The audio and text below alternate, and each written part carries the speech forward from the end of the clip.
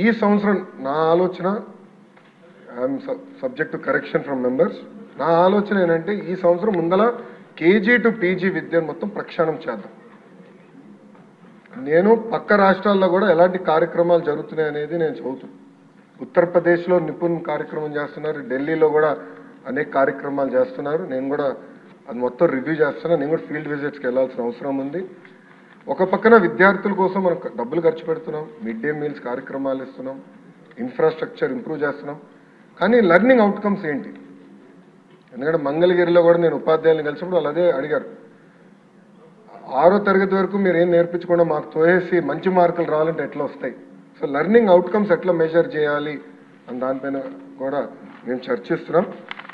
KG to PG నేను పాదయాత్రలు కూడా చెప్పాను, కరికులంని బలోపేతం చేయాలి, రీవర్క్ చేయాల్సిన అవసరం ఉంది. అది చేసే ముందర పక్క రాష్ట్రాల్లో ఏం జరుగుతుందో కూడా నేను చూస్తున్నాను అధ్యక్ష. దానివల్ల వాళ్ళకి వచ్చిన అవుట్కమ్స్ ఏంటి అనేది మేము చదువుతున్నాం.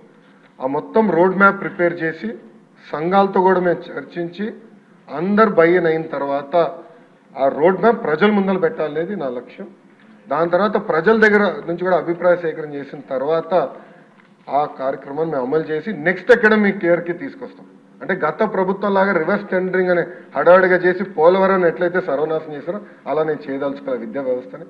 విద్యా వ్యవస్థలో కూడా సిబిఎస్ఈ కరికులం అన్నారు, కొన్ని స్కూల్స్ ఏమో CBSE curriculum with CBSE examination అన్నారు, మళ్ళీ మధ్యలో ఐబీ అన్నారు, తర్వాత టోఫెల్ అన్నారు, డిక్షనరీ అన్నారు.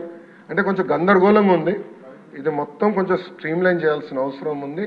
ఎందుకంటే మన పిల్లల భవిష్యత్తు దీనిపైన ఆధారపడి ఉంది. సో సిస్టమేటిక్గా చేయాల్సిన అవసరం, తొందరపాటు నిర్ణయాలు కాకుండా సిస్టమేటిక్గా చేయాలనేది నా ఆలోచన.